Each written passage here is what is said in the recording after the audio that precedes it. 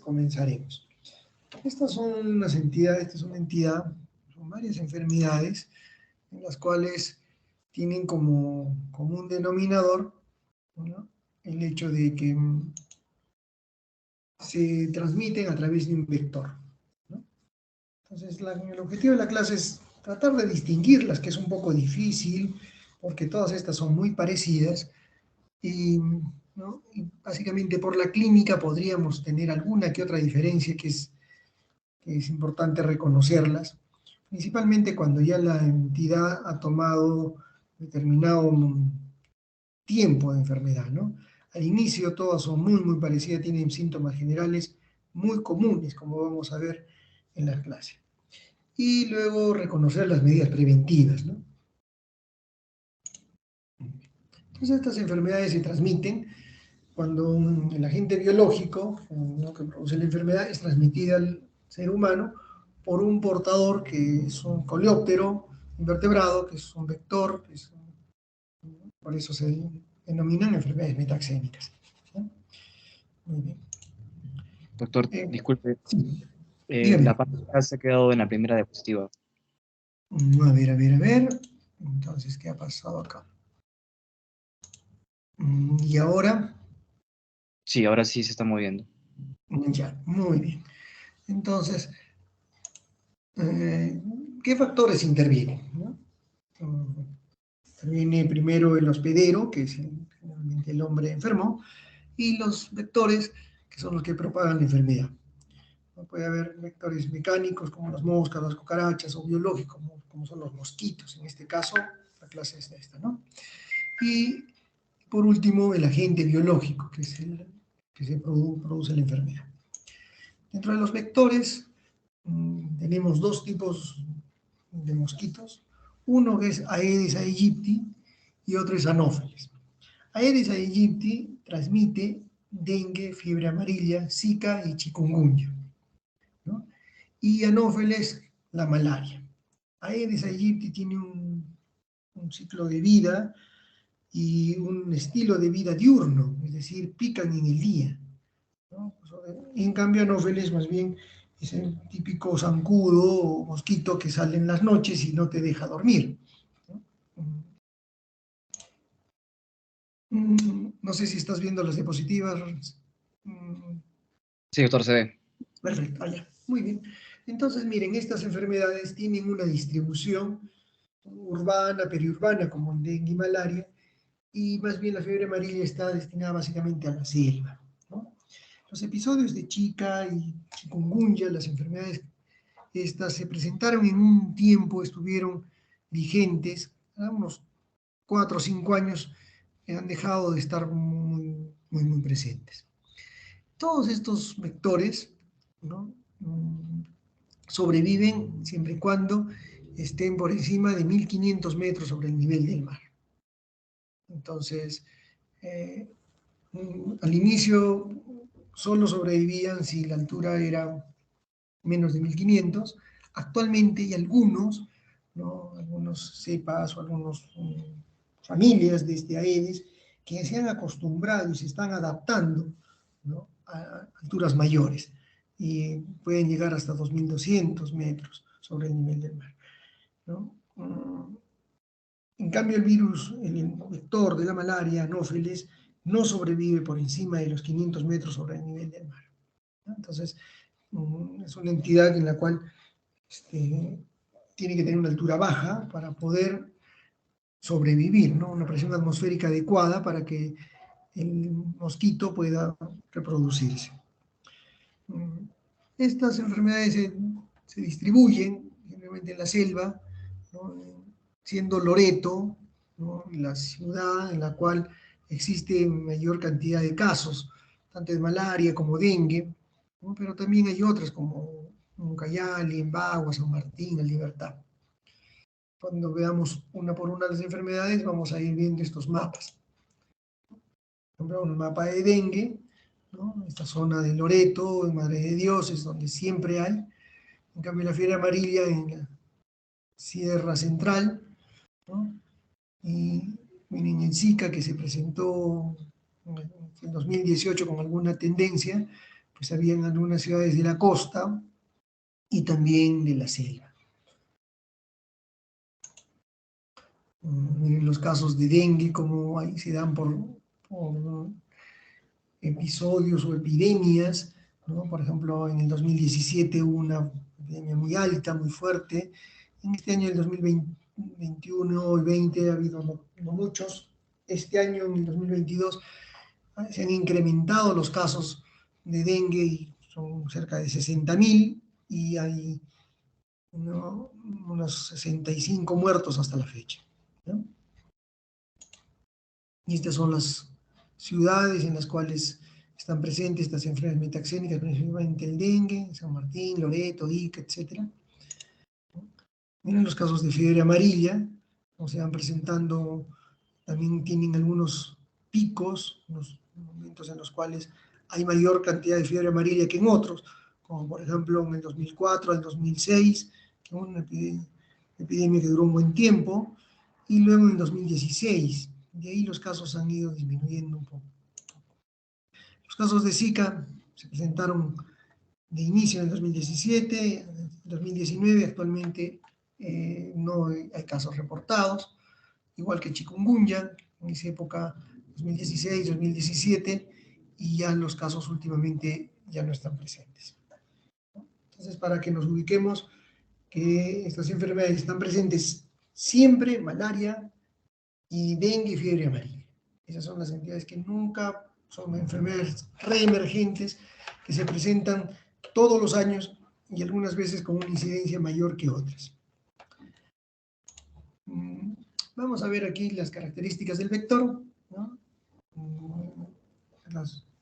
Estos vectores son cosmopolitas, son zancudos que tienen las patas largas y delgadas, y las hembras son las que hematófagas y transmiten los agentes patógenos. Al momento de picar, antes de picar te inoculan un anestésico, ¿no? Que están en sus glándulas salivales, y ahí es donde están eliminando el agente biológico, ¿no? Ahí están eliminando pues, al virus del Zika, del dengue, la fiebre amarilla, chikungunya, ¿no?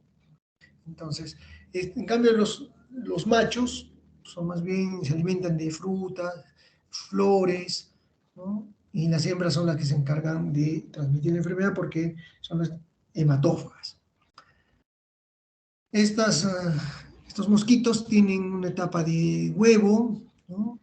Una etapa de larva, una etapa de pupa y luego una etapa de adulto, ¿no? Entonces, esto tiene una secuencia, alrededor de 7 a 10 días demora un huevo en convertirse en un adulto. Y lo que necesita básicamente este vector para reproducirse es un agua estancada, ¿no? Un agua estancada, que no se mueva mucho, entonces permite la reproducción del mosquito. Como les decía, las hembras son las encargadas de transmitir la enfermedad, son las hematófagas, ¿no? Pican en la Aedes aegypti, pican en las primeras horas de la mañana, en las últimas horas de la tarde, mientras que Anopheles pica en la noche, ¿no?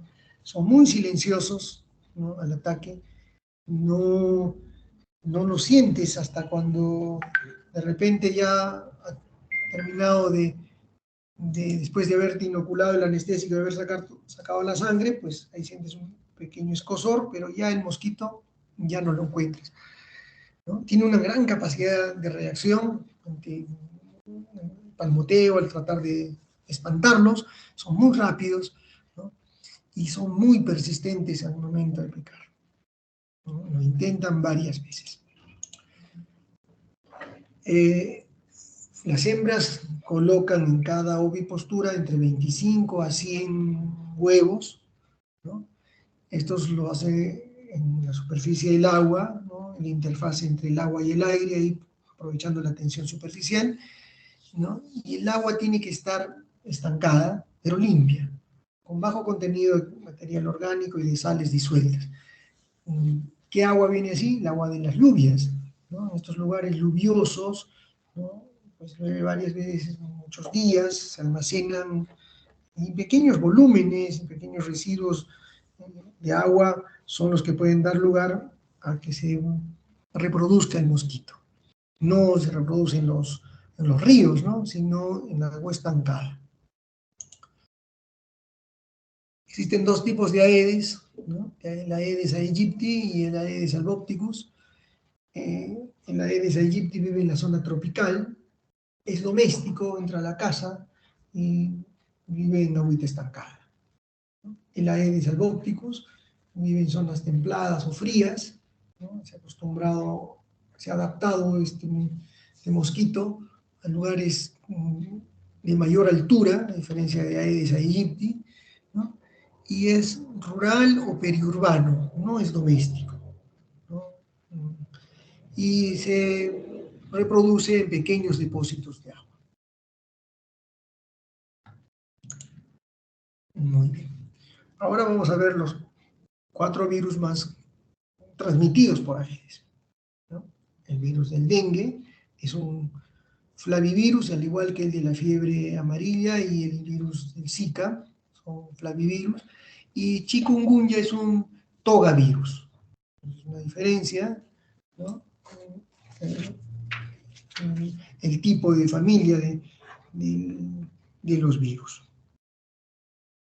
Todos son ARN monocatenario, ¿no? Quiere decir que estos virus no te generan una inmunidad permanente, no te generan una inmunidad cruzada.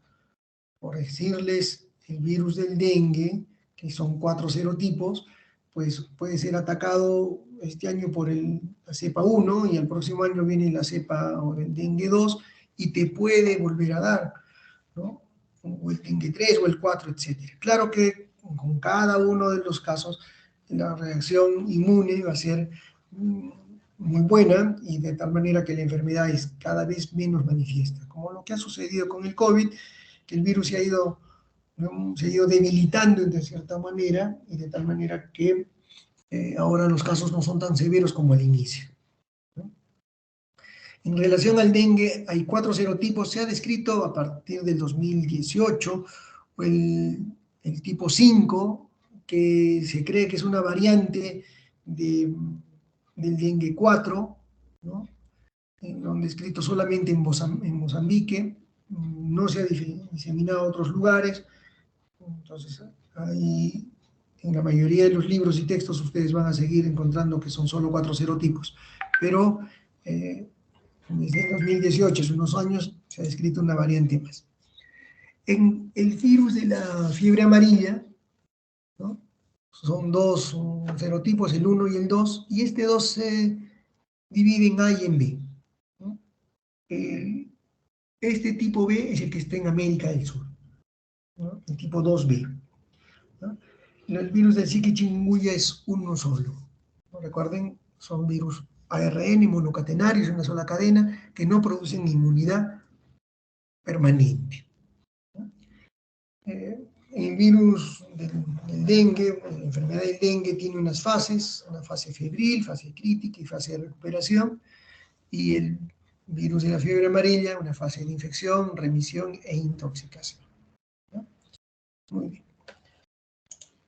Como les decía, el cuadro clínico de inicio es muy común, todos con síntomas generales que se presentan en estas enfermedades, en las 4, y si nosotros tomamos en cuenta estos diagramas como el diagrama de Venn, en el centro están todas las características que son comunes a las 4 enfermedades, ¿no?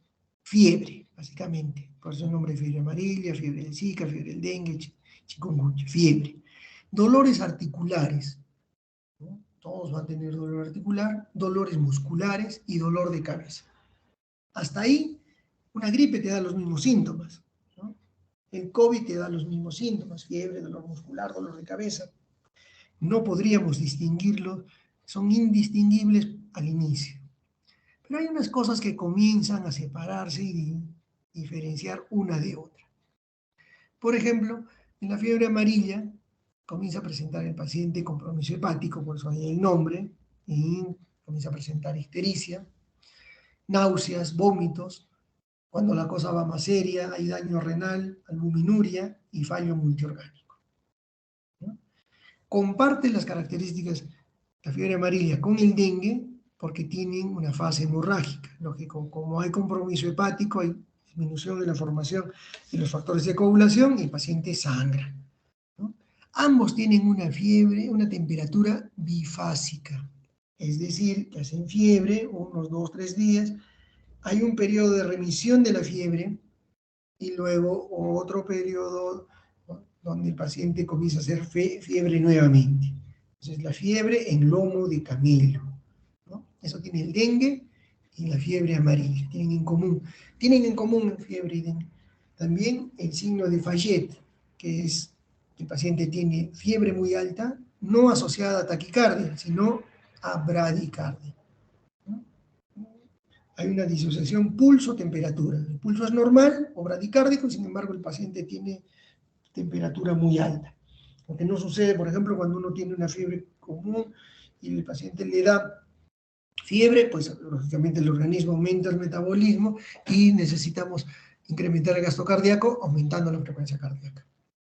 Entonces, esto es algo, estas características de hemorragia, fiebre en lomo de camello y disociación pulso-temperatura está presente en dengue y fiebre amarilla. Ahora, el dengue, ¿no?, tiene algo característico, que es el compromiso, ¿no?, en la piel, ¿no? Entonces presenta un rash, que los otros, que también está presente en Zika, ¿no? Pero el rash del dengue, al menos el rash en la fase de convalecencia, es un paciente que está totalmente rojo y tiene algunos puntos blancos, ¿no?, las placas blanquecinas, que le llaman islas blancas en un mar rojo, ¿no? Eso es característico del dengue. Pero tiene un rash inicial. Ese rash inicial también lo tiene Zika, ¿no? Dolor ocular, ambos tienen lo mismo. Dolor ocular, el dengue es un dolor intenso también en los músculos de la columna, que los argentinos y uruguayos le dicen al dengue la fiebre quebrantahuesos, ¿no?, porque el paciente no se puede ni parar de la cama, ¿no? Dengue y Zika pueden dar un síndrome de Guillain-Barré, ¿no? Generalmente Zika, una época donde hubo casos de Zika en el 2015-16, comenzaron a presentarse muy seguidos casos de Guillain-Barré, entonces era por eso. Muy bien. Y tienen inyección conjuntival, Zika y dengue también. Adenopatías hay en el dengue, ¿no? Adenopatías cervicales, que es algo que no lo tienen los demás. El Zika se caracteriza por una enfermedad benigna que tiene, como hemos visto ahí, dolores articulares, dolor ocular, rash, ¿no?, pero que generalmente no se complica, pero cuando se complica, pues da un síndrome de Guillain-Barré, que no es muy común, pero puede presentarse eso. Y si le da a una mujer embarazada, pues va a dar lugar a microcefalia. Chikungunya es una entidad que estuvo presente con mucha fuerza, en incidencia muy alta en Colombia, y daba lugar a dolores articulares. El pacientito presentaba mucho entumecimiento y estos dolores articulares en los adultos persistían mucho tiempo, incluso más allá de 2 o 3 meses. El paciente se recuperaba de estas molestias parecidas a la gripe y se quedaba con un dolor articular, compromiso de las articulaciones. Muy bien, entonces de este espectro así grande que les hemos mencionado sobre estas enfermedades, tienen características que comparten en conjunto, pero cositas que los diferencian y cosas que también los pueden hacer diferenciar una de otra, ¿no? Es importante este cuadro para que en algún momento tengamos algún parámetro para poderlo diferenciar, ¿no?, diferenciar una entidad de la otra. Entonces vamos a ir con calma viendo el dengue. El dengue clínicamente, la OMS lo ha dividido en enfermedad del dengue sin signos de alarma, el dengue con signos de alarma y el dengue grave. El espectro clínico del dengue, ¿no?, es bien marcado. Puede haber casos asintomáticos, ¿no?, son exactamente como el COVID, casi un 85% de los casos tienen síntomas muy leves o son asintomáticos. Un pequeño porcentaje, un 10% hacen enfermedad clínica, de esos un 5% tienen signos de alarma y un 1 o 2% son los que hacen un cuadro grave. Miren, en el 2021, un registro de 39 muertes y 49.000 casos de dengue. Ayer estuve revisando, olvidé escribirlo, este año ha habido 60.000 casos, son 65.000 muertes. En el 2021 también 86 fallecidos, 46.000 casos, o sea, siempre está presente, ¿no? Solo que como no estamos en la zona, no nos percatamos de la gravedad de esto. Las fases del dengue, con las personas que hacen un cuadro clínico manifiesto, van a tener una fase febril, una crítica y una fase de recuperación. Muy bien. En esta fase febril, al inicio, aparecen los síntomas, adenopatías, fiebre, malestares, dolores musculares, dolor ocular. Luego cede el paciente la fiebre, cae y después reaparece.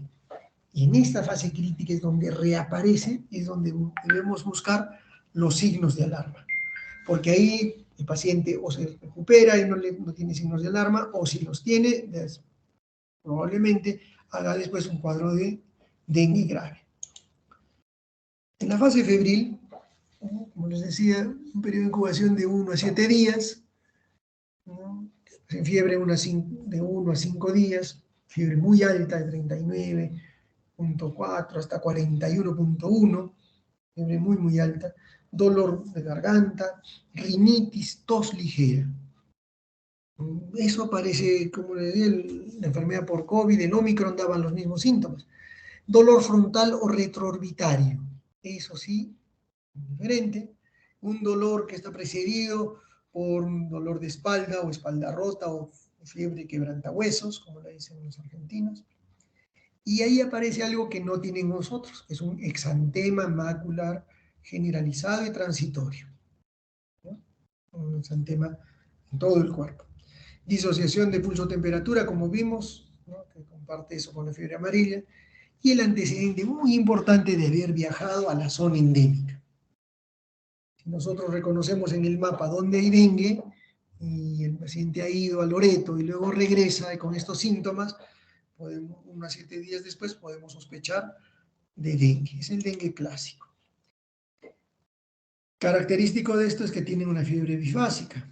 2 o 3 días después desaparece la fiebre y después reaparece nuevamente con un segundo exantema maculopapular morbilliforme que no ataca palmas ni plantas, ¿no?, es lo que le dicen ahí en la fase incluso de recuperación. Puede ser que el paciente está todo rojo, ¿no?, y algunos puntos blancos. Entonces la descripción de un mar rojo con islas blancas es característico del dengue. En la fase crítica, hay que buscar los signos de alarma.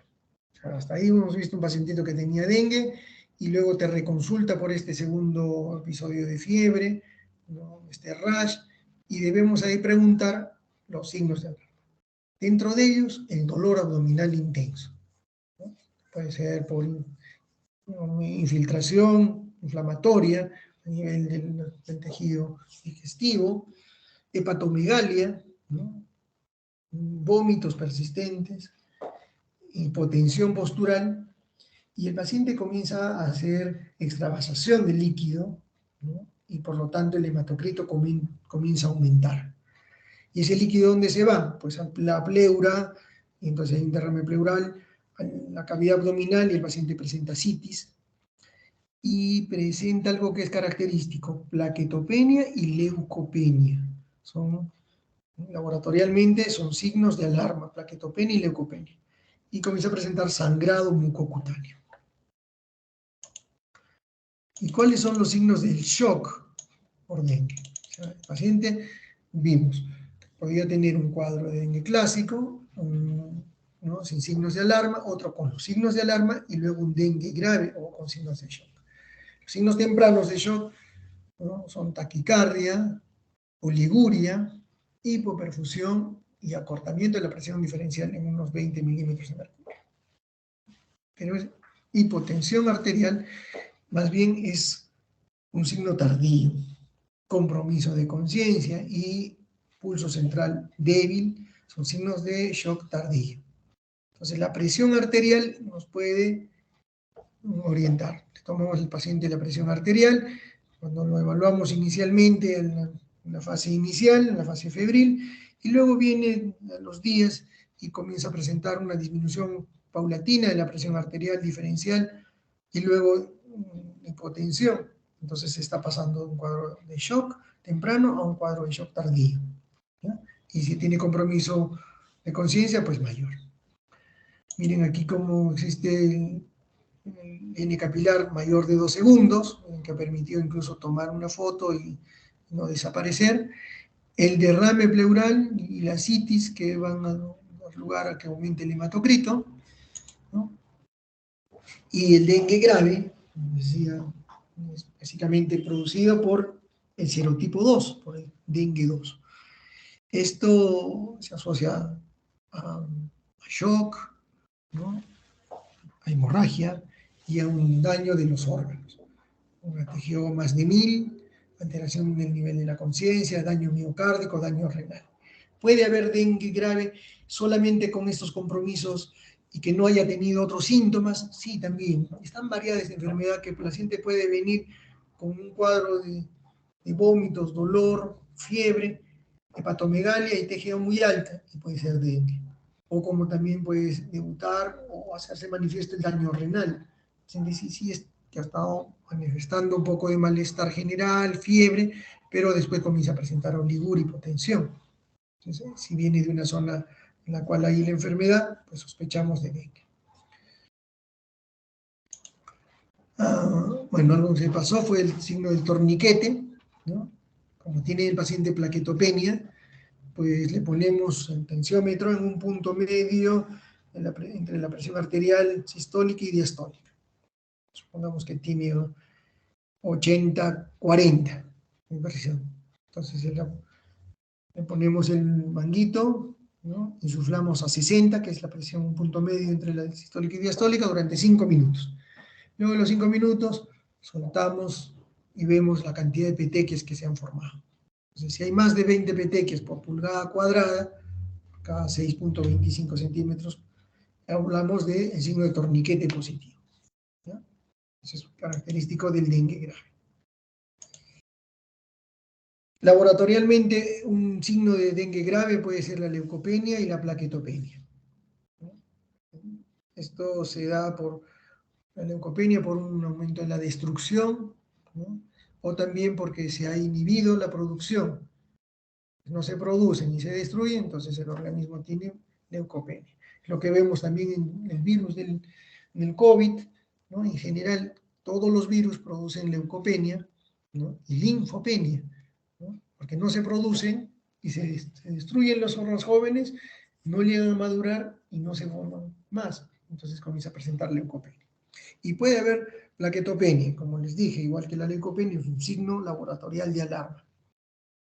¿Por qué se da esto? Porque la infección es directa al megacariocito, ¿no?, porque hay destrucción de las plaquetas o porque hay una disminución en la producción de los megacariocitos. Entonces, al igual que la leucopenia, se destruyen y no se producen, ¿no? Muy bien.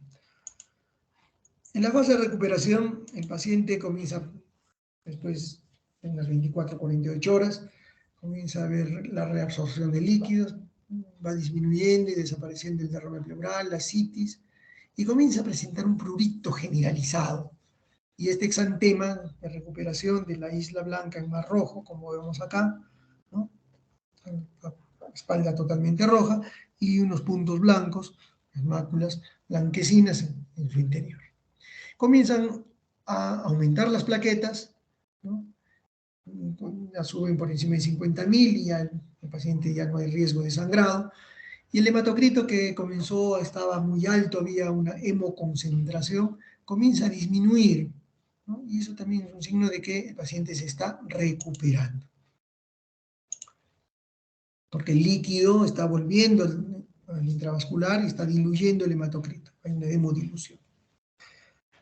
En los primeros días no hay forma de diagnosticar, ¿no? Tendríamos que hacer reacción de cadena de polimerasa para encontrar el ácido nucleico, que es muy difícil y caro, ¿no? En cultivo viral, ¿no? La serología de IgG, IgM, al igual que en el COVID, son positivas por encima de la semana, ¿no? Entonces, a partir se puede, antes de los 7 días se puede detectar el antígeno NS1, ¿no? Y es una prueba antigénica que nos puede permitir el diagnóstico de la enfermedad, pero no tiene una sensibilidad muy alta. Y la detección de reacción de cadena de polimerasa, pues eso es lo ideal, ¿no? Las zonas endémicas, desgraciadamente no tenemos laboratorios moleculares que puedan hacerlo. Supongo que ahora con la epidemia del COVID, pues estos laboratorios ya han implementado en estas zonas de la selva, ¿no? Básicamente. A partir del 6.º día se puede solicitar IgM, IgG, posteriormente va a elevarse, y debido a la seroconversión, pues se hacen positivos. Estos resultados tienen una reacción cruzada con los otros virus que hemos visto, Zika, fiebre amarilla, ¿no? Como todos son flavivirus, por ahí los detecta y puede ser, no es una entidad, o sea, al salir el resultado IgM positivo, es el cuadro clínico el que nos va a definir si ha sido Zika, fiebre amarilla o dengue, ¿no?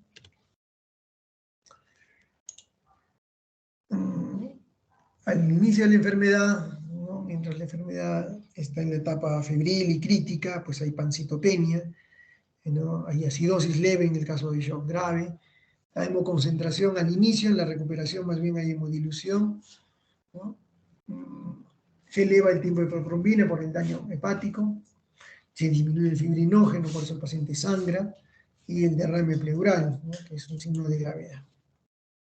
Las complicaciones pueden ser disfunción hepática, básicamente tipo 3 y 4, encefalitis, que es producido por el tipo 2, es un 20% de los casos y generalmente conducen a la muerte, y otras entidades que pueden ser, como les decía, a veces simplemente la manifestación clínica de la enfermedad, como también puede ser una complicación, el daño cardíaco, pancreático, la colicistitis y el daño renal agudo, que es la causa de muerte principalmente.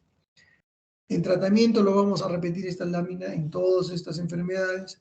Es un tratamiento de soporte, un reposo en cama, evitar el uso de aspirina, se puede usar algún otro antipirético y analgésico, hidratarlo al paciente adecuadamente y si la hemoglobina comienza a descender mucho, hacer transfusiones sanguíneas.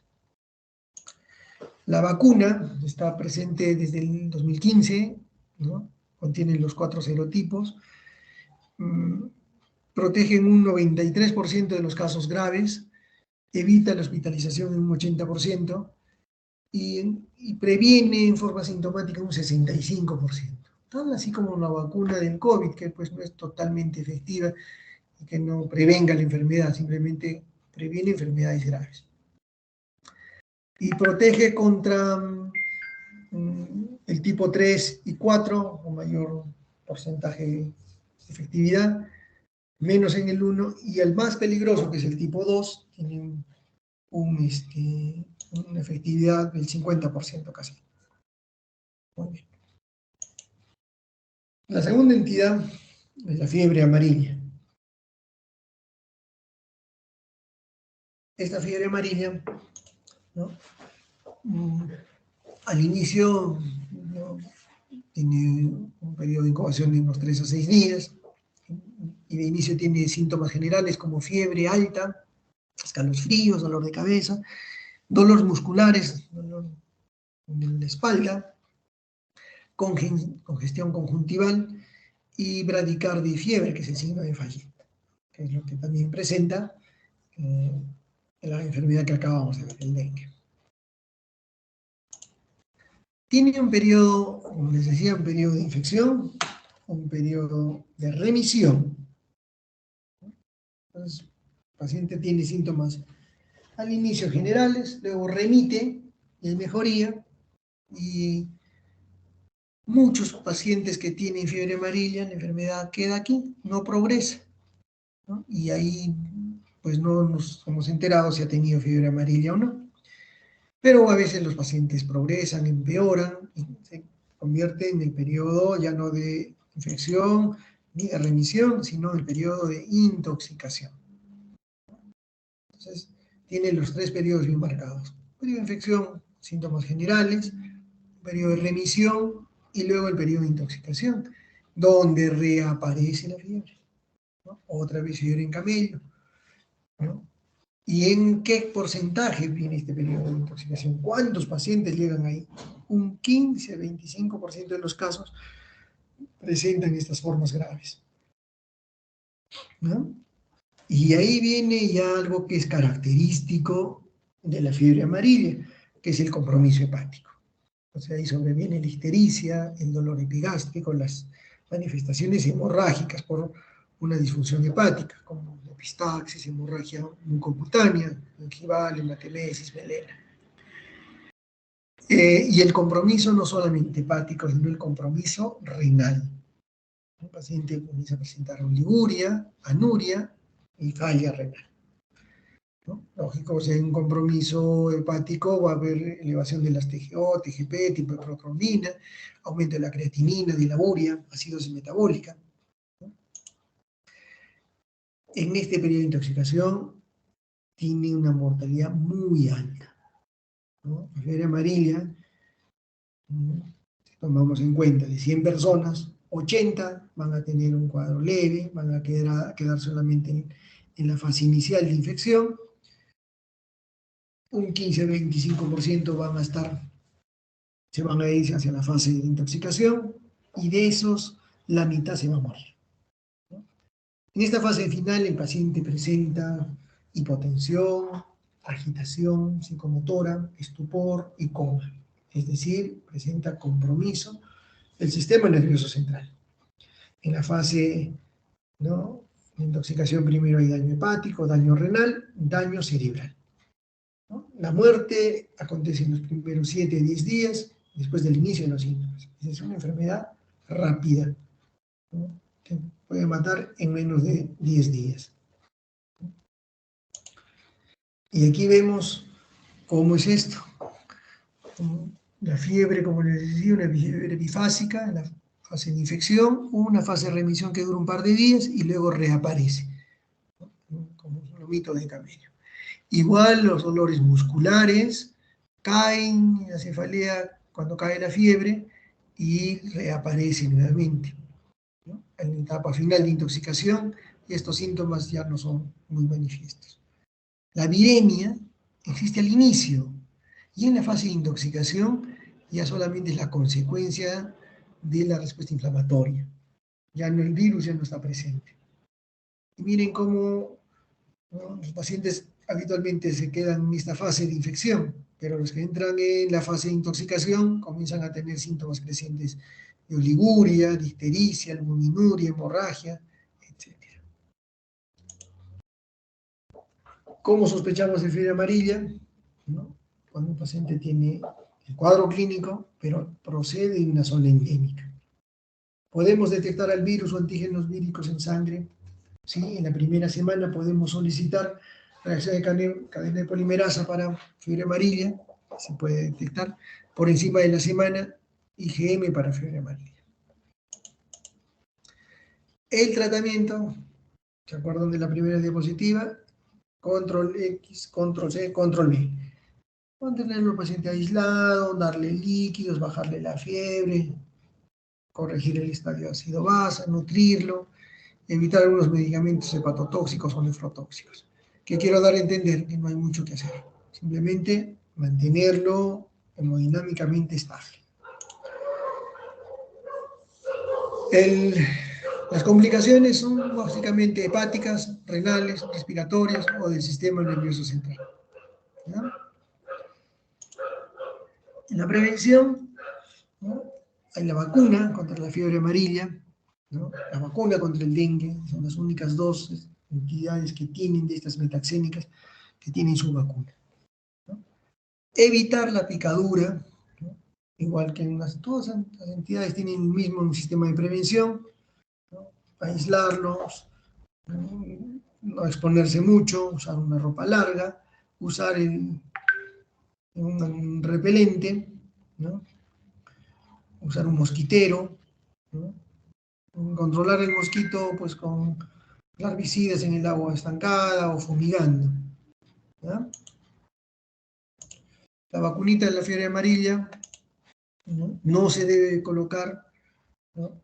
En niños pequeños, menores de 4 meses, porque puede producir encefalitis y muerte. De hecho, la vacuna se produce se debe vacunar a partir del año. Pacientes inmunocomprometidos, pacientes con HIV y un recuento de linfocitos TSD4 menos de 200, ¿no? Pacientes que tengan tratamiento inmunosupresor, ancianos, embarazadas, etc., ¿no? Pero los pacientes que tienen alergia a la proteína del huevo tampoco deben ser vacunados. Los efectos colaterales de la vacuna se dan en dos grupos de personas, en los lactantes y en los ancianos. En los ancianos da una enfermedad muy parecida a la fiebre amarilla, yellow fever-like, parecida a la fiebre amarilla, ¿no? Una enfermedad viscerotrópica. Mientras que en los niños el efecto colateral de la vacuna en algunos da lugar a encefalitis. Es una enfermedad neurológica, convulsiones, encefalitis, cefalea, compromiso de conciencia. Entonces la vacuna en los lactantes, daño neurológico. En los adultos y viejitos, ¿no? Una enfermedad viscerotrópica parecida a la fiebre amarilla. Bueno, esta ya lo habíamos visto. Ahora vamos a ver chikungunya, que es la otra entidad, ¿no? Una voz del idioma Kimakondé, que significa doblarse o doblado, chikungunya, ¿no? Porque el paciente viene con un aspecto encorvado, ¿no? Debido a los dolores articulares. Entonces, el paciente tiene fiebre alta, dolores en las articulaciones, erupción en la piel, dolor de cabeza, dolor muscular, fatiga y náuseas. En la piel, ¿no? Tiene una alteración en la pigmentación centrofacial, un eritema centrofacial, erupción maculopapular, en los niños pequeños úlceras aftosas y ampollas, ¿no? Cosa que no se presenta en los adultos. Las manifestaciones musculoesqueléticas no son tan frecuentes en niños, el 30-50% de los casos se dan en niños, y tienen dolores a nivel de los dedos, de las muñecas, tobillas, rodillas. Es una sinovitis, una inflamación simétrica, distal, poliarticular. Y en los adultos pueden quedarse con una artritis crónica, ¿no? Estas manifestaciones son las más comunes, pero existen unas manifestaciones atípicas, Zika, del dengue y chikungunya, ¿no? Como son las encefalitis, ¿no? O sea, el compromiso neurológico con inflamación del encéfalo, convulsiones, inflamación del cerebelo con ataxia, paresia, neuropatía. Compromiso de pares craneales como una neuritis óptica, o compromiso cardíaco, miocarditis, pericarditis, insuficiencia cardíaca, ¿no? Alteraciones renales, neumonía, etc. Las complicaciones se dan en casos ocasionales, generalmente en adultos, se quedan con poliartralgias o poliartritis, un compromiso ocular, neurológico, cardíaco, muy raro, ¿no? Pero en las personas mayores esta enfermedad puede contribuir a la muerte. Puede haber una coinfección que puede ser peligrosa y puede comprometer la vida del paciente cuando se junta dengue y Zika o dengue y chikungunya. Bueno, la enfermedad del Zika, ¿no? Es como les decía, un flavivirus, ¿no? Este virus ARN monocatenario, lo describieron en macacos en el año 1947, ¿no? Cuando estaban buscando fiebre amarilla, monitorizando eso. Hubo un episodio muy serio en 2015, 2016, en Centroamérica, ¿no? Que nos hizo pensar que había un virus que estaba circulando, un virus nuevo, ¿no? Este virus circuló en ese tiempo en México, en Brasil, Colombia, Venezuela, parte también del África y del Asia. La transmisión, como hemos visto, por Aedes aegypti, que pican en el día, que tienen, ¿no?, que transmiten no solo chikungunya, sino fiebre amarilla, dengue, zika. Pero también existe la transmisión sexual, eso es lo que diferencia al Zika de otras enfermedades, ¿no? A veces se está investigando si puede haber transmisión por transfusiones de sangre. Entonces, básicamente, la transmisión del Zika es por picadura de insectos, pero también se ha descrito la transmisión sexual, por la transmisión materno-fetal o por exposición laboratorial, ¿no? Muy bien. Entonces se puede dar a través de los mosquitos que pican a primates, o de ahí esos primates pasan al ser humano o entre los humanos, ¿no? Muy bien. Esta transmisión no se puede dar incluso hasta después de 6 meses. El virus permanece unos 6 meses en el semen y puede dar lugar a diseminación de la enfermedad, ¿no? El Zika, el periodo de incubación no está muy claro. 80% de los casos son asintomáticos y de los que presentan síntomas son muy parecidos a los de otras infecciones por arbovirus. Da un exantema maculopapular más prurito. Fiebre, más exantema maculopapular más prurito, más edema periarticular, conjuntivitis, dolor muscular, malestar, cefalea.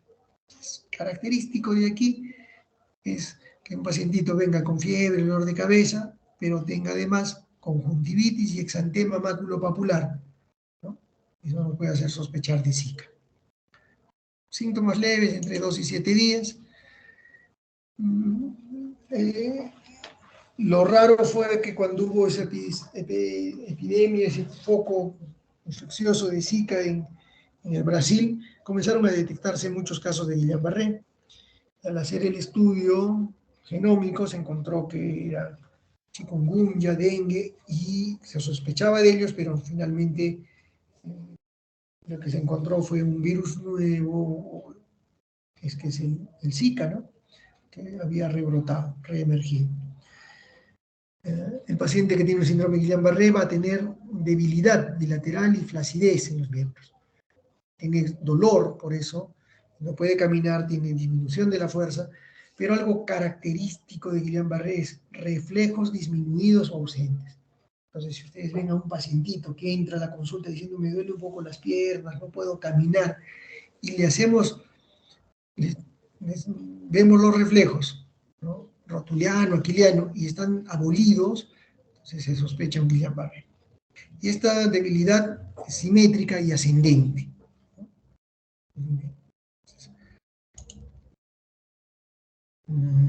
Esto está acá. El diagnóstico, ¿no?, se sospecha a base de los síntomas y los antecedentes de haber viajado a una zona donde existe este virus, estaba circulando.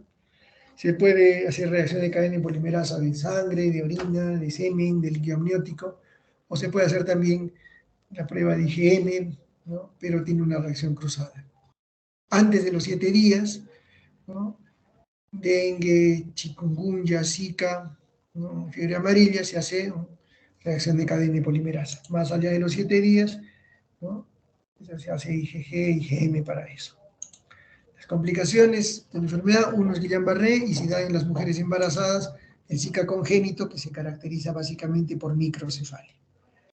Un dato que debemos recordar para siempre, ¿no?, ustedes que van a hacer dentro de poco el internado y luego trabajar en una posta, ¿no?, como haciendo sus serums, es la medición del perímetro cefálico. Se habla de microcefalia cuando un niño a término tiene menos de 32 centímetros, ¿no?, una cabecita, luego de 24 horas de nacido. Entonces nosotros medimos la cabeza de un niño y tiene menos de 32 centímetros, se habla de microcefalia, ¿no? Debido a un tejido cerebral reducido. Aparte de la microcefalia, puede haber un daño en la cámara posterior, en el ojo, como en la rubiola, puede haber pie equinovaro, ¿no? Pie equinovaro dirigido hacia adentro, pie bot, hipertonía, también el paciente tiene hipertonía. Estas son las características de Zika congénita. En el 2013 y 2014, miren cómo habían casos de Zika y los casos, ¿no?, de Guillain-Barré, ¿no? Entonces, esto está asociado al Guillain-Barré. La prevención, todas estas, pues, repitiendo la fumigación, el uso de ropa clara, el repelente, cerrar las puertas, mantenerlos alejados. Y luego, por último, vamos a hablar sobre malaria. La malaria es una enfermedad aguda y crónica a la vez, causada por un protozoo, que es el plasmodium, y transmitido por la hembra del mosquito Anopheles. Como vemos aquí, ¿no?, el mosquito deja sus huevitos, luego la larva, la pupa y el adulto, ¿no? Muy bien. Esto demora unos 5 a 7 días en reproducirse y, como dice aquí, al término, los adultos, los machos, ¿no?, buscan plantas y las mujeres buscan la sangre, las hembras del mosquito. Es una enfermedad reconocida desde la antigüedad, ¿no? Es una infección que más daño ha causado a la humanidad. A pesar de tantos años, no ha podido hacerse, no hay un tratamiento efectivo, definitivo contra malaria, ¿no? Para este agosto, hace un mes, habían 14.000 casos de malaria. Se habían incrementado en un 64% los casos en comparación al 2021. Y salió una alerta epidemiológica que nuevamente había malaria. En estos casos de malaria se reportaron 4 defunciones, ¿no? 3 de los cuales eran niños de 2, de 4 y de 7 años, ¿ya? A diferencia del COVID, que generalmente mata a los adultos, la malaria, ¿no?, el 75% de las defunciones son producidas en niños, ¿no? De estos plasmodium, que hay varios tipos, son 4 tipos, el Vivax es el 83% de los casos, y falciparum un 16%. Este es de este año. Esto va variando.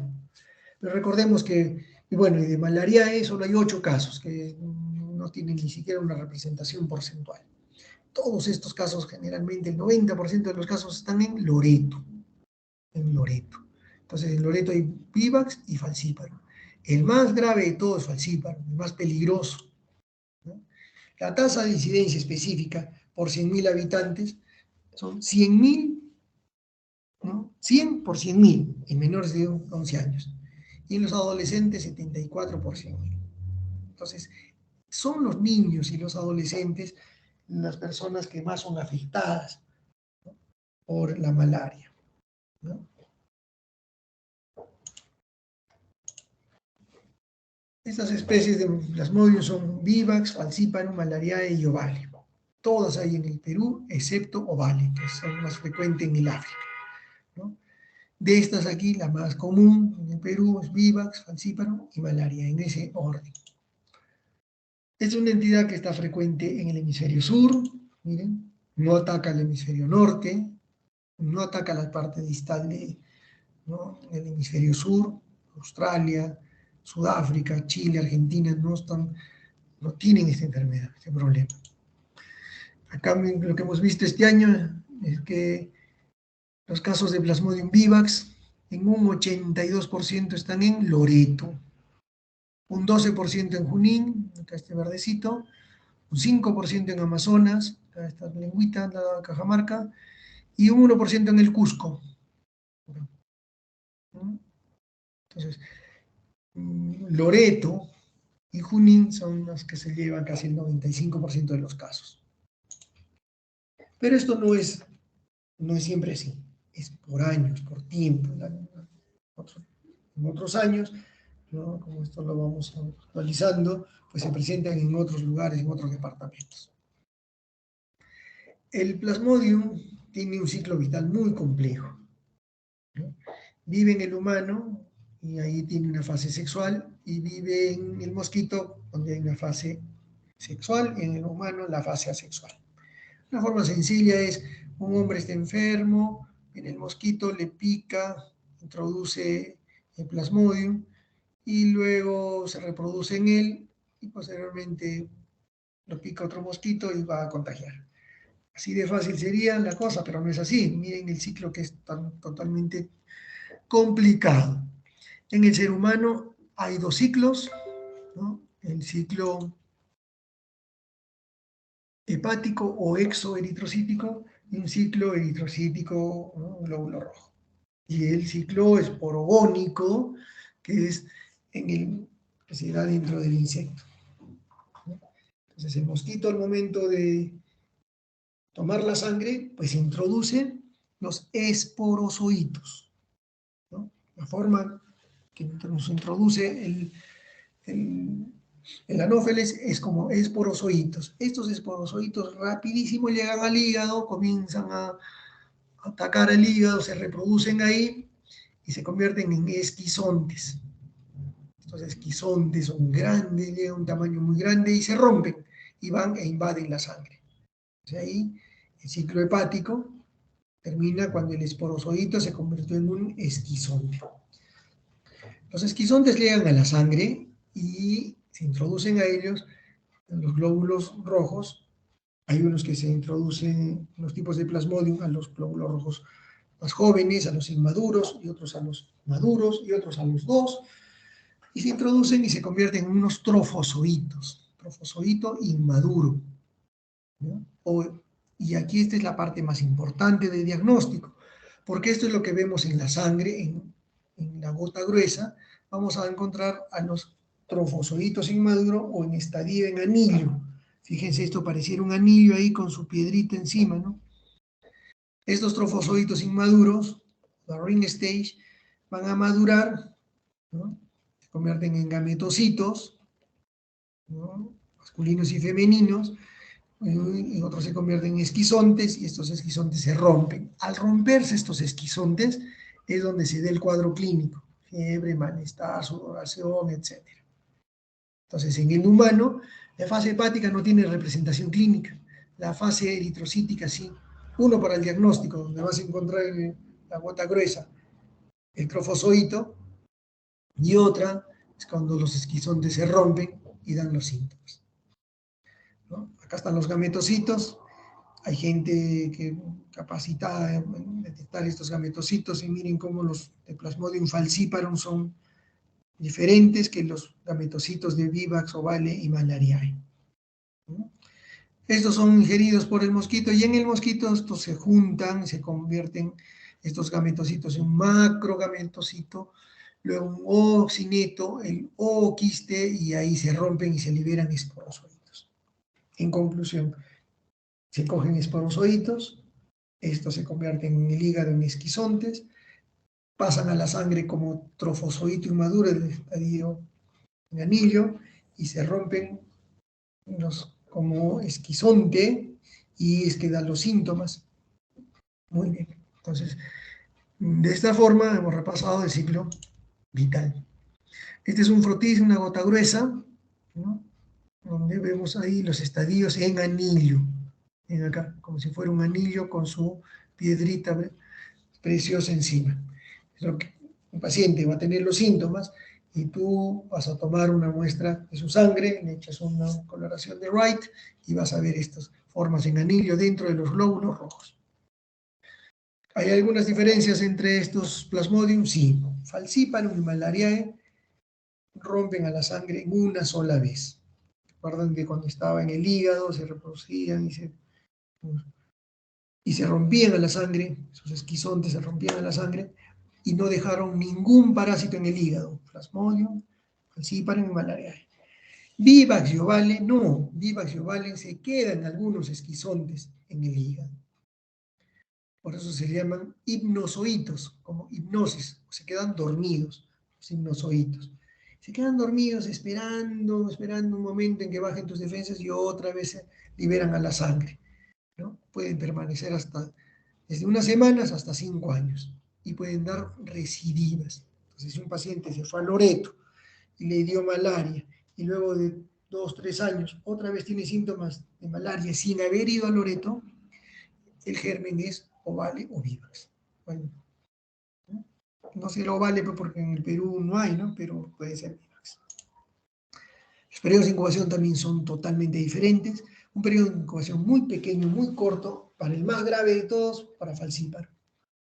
Uno intermedio de 12 a 17 días para vivax y ovale, y uno muy largo para malariae, 18 a 40 días.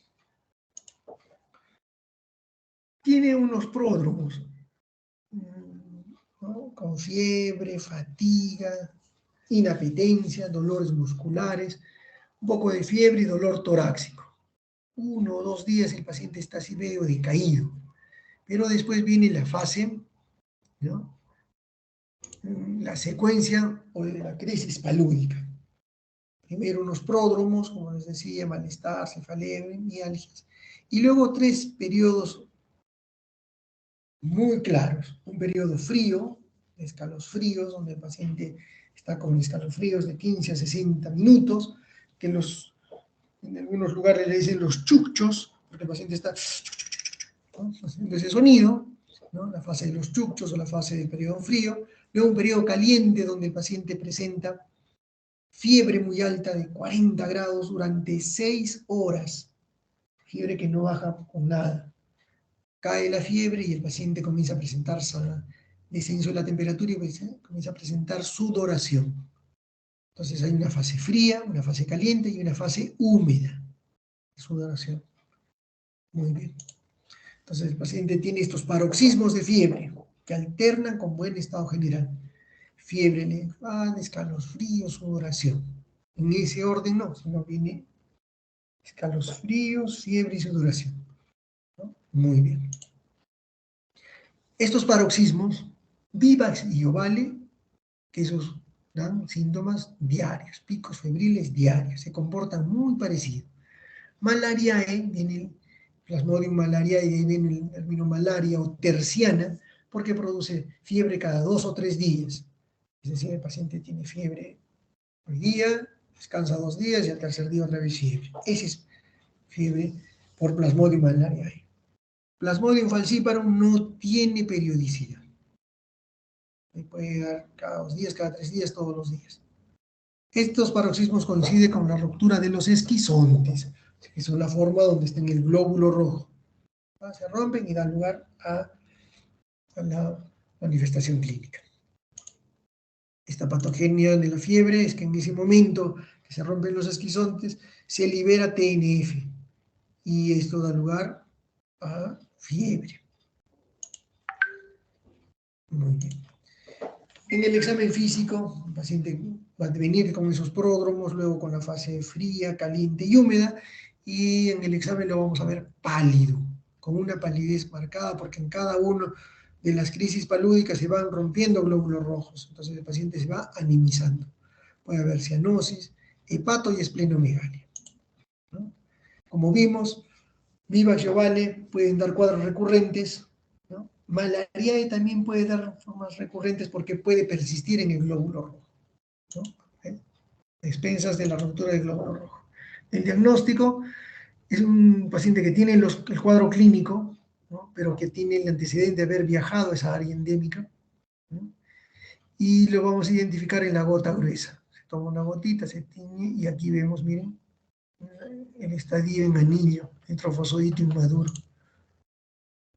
El tratamiento es establecido para Plasmodium malariae, para Plasmodium vivax en niños, es cloroquina, 3 días de cloroquina, ¿no? El primer y segundo día 10 miligramos por kilo, y el tercer día 5, y primaquina 7 días a razón de 0,5 miligramos por kilo. Entonces, 3 días de cloroquina y 7 de primaquina.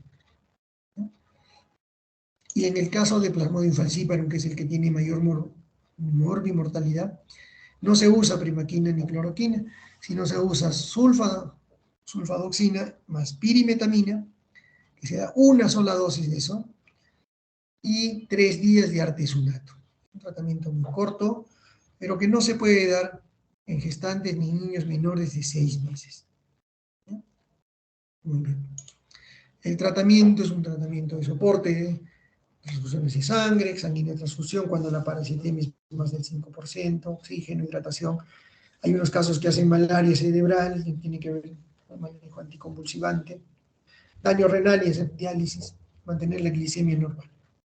Las complicaciones son hipoglicemia, trombocitopenia y ruptura esplénica espontánea.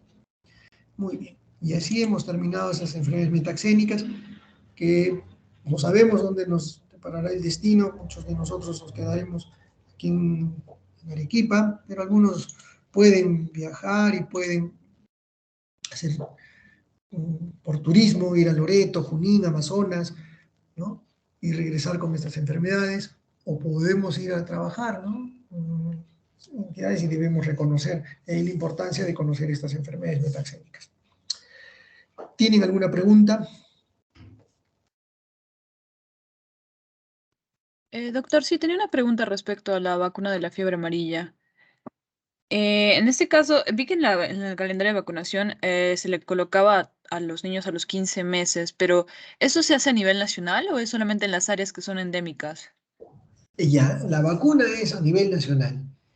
Puede ser a partir de los 12 meses, como si es que quieres viajar y tienes tu hijo pequeño y tienes miedo de que se contagie, le puedes poner la vacuna antes del año, hasta a partir del añito para adelante, ¿no? El esquema lo dice a partir de los 15 meses, ¿correcto?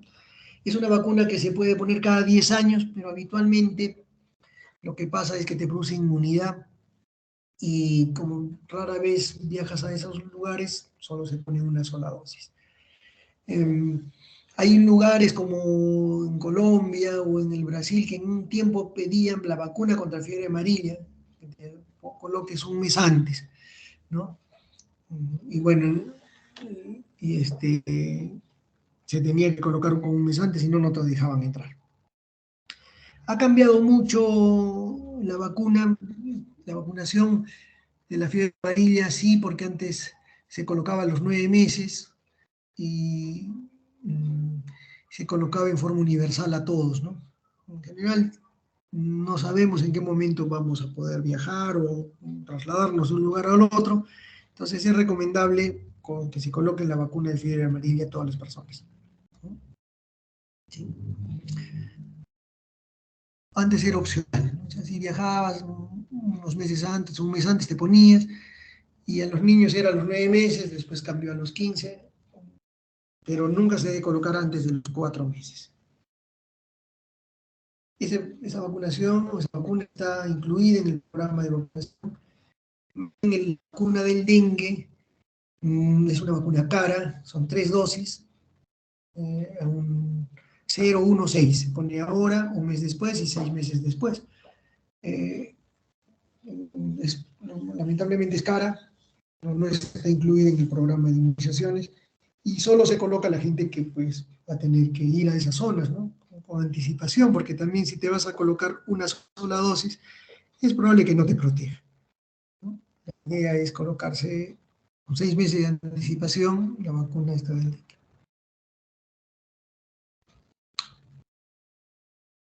¿Alguna otra pregunta?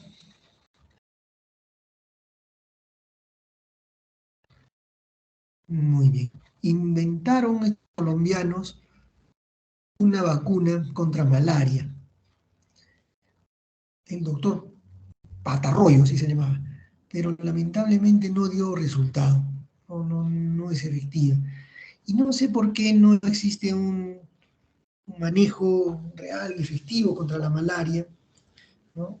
Debe ser porque es muy complicado eliminar al anófeles, ¿no? Lo cierto es que no hay muchos estudios en relación a algunas drogas, no hay muchos avances en respecto de eso, buscar unas drogas, medicamentos que puedan erradicar la malaria, definitivamente. Muy bien. Listo, entonces. No habiendo más preguntas,